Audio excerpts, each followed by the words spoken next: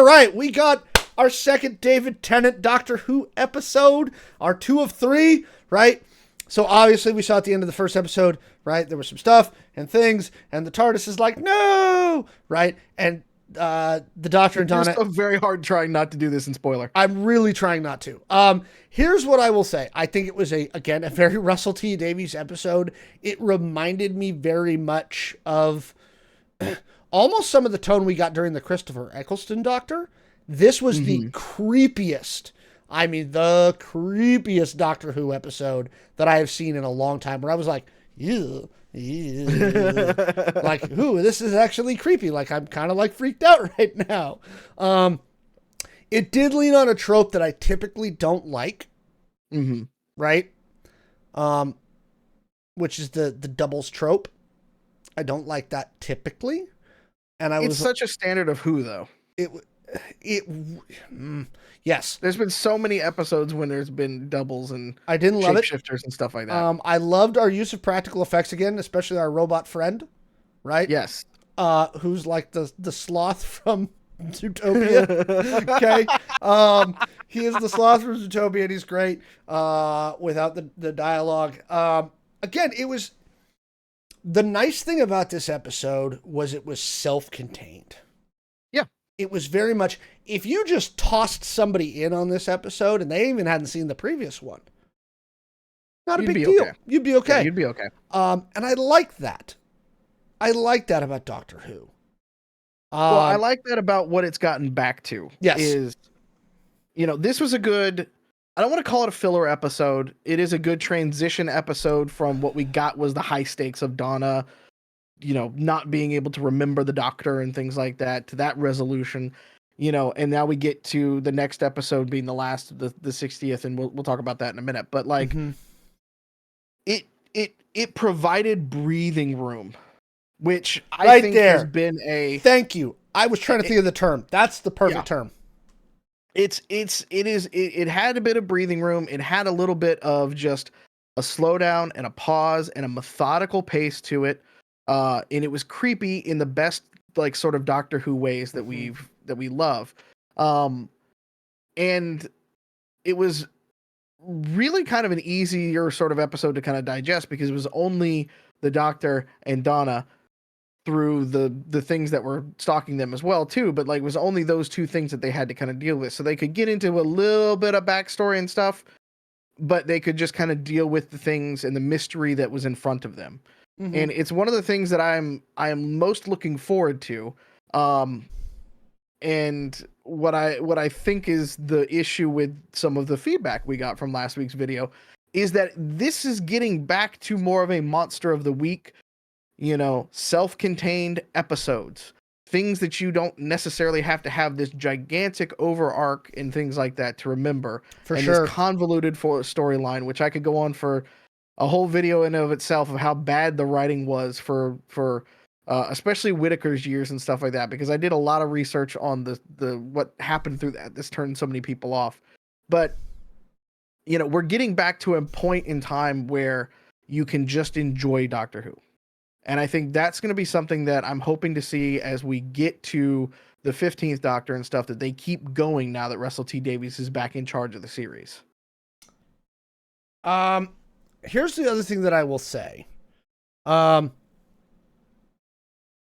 think that like you said, breathing, but I also think this is a good palate cleanser for Who fans. Yes. Right?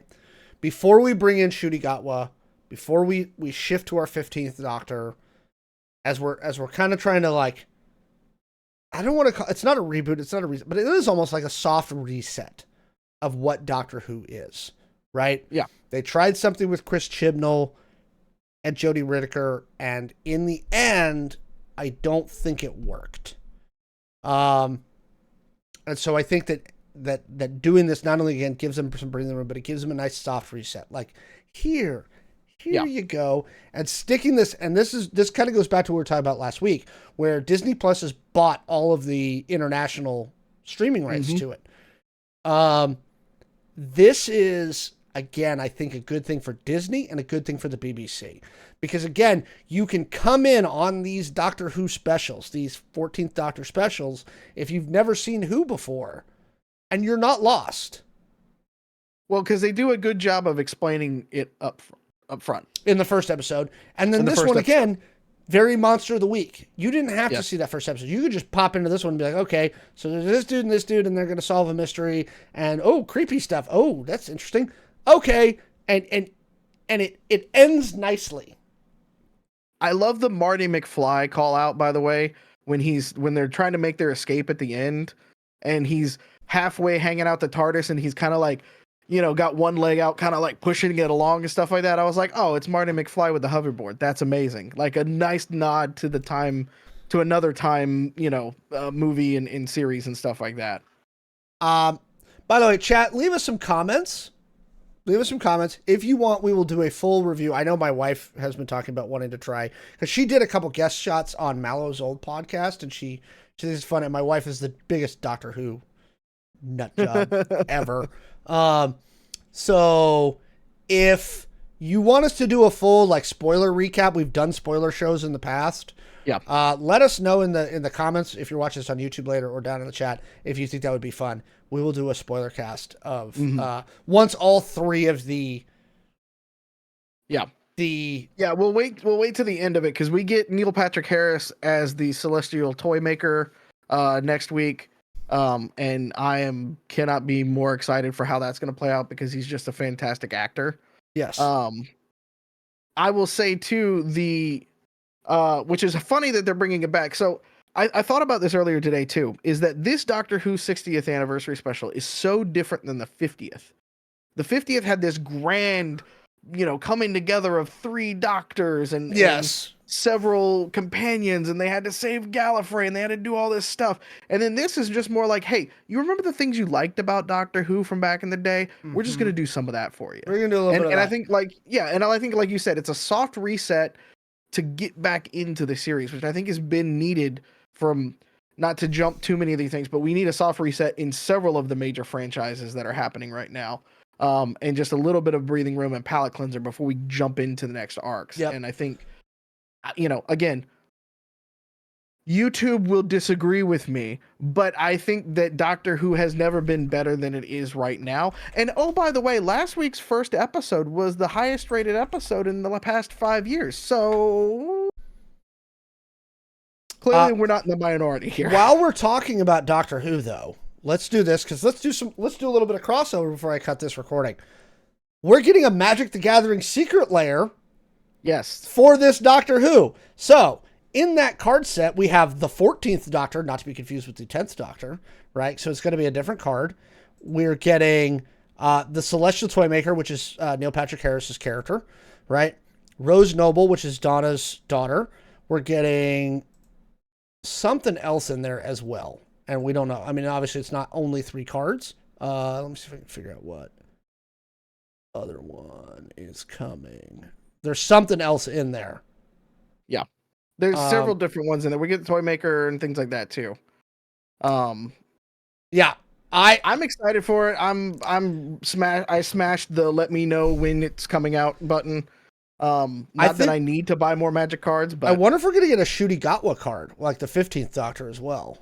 My guess would probably be yes, because all the promotional footage and everything like that's already been shot for the Christmas special and things. So I feel like it hasn't been released yet, just because we haven't seen the full Doctor and stuff yet. I mean, we've seen some set photos and things like that, but we haven't seen them. I'm being told it drops 12/16 in the chat, so for order. So I'm sure we're going to be ordering that in my house. My wife is working on her complete Doctor set. Yeah, of every Doctor. That was the thing that kind of ticked me off, was like I had the whole set in holo and everything like that, and now I got to go back. I mean, I got all the ones with the TARDIS border that I wanted. Now I got to go get the 14th Doctor and stuff like that. I'm hoping they do the TARDIS borders and all that kind of stuff too, but at least they can do the full art. So now I got to go make room in the collection thing and stuff like that, and double sleeve it, and yeah. So stay tuned. I'm excited for it. It's going to be good. We will talk more about this. We're going to get the secret layers, and obviously we will review this weekend's final of the 60th anniversary David Tennant run.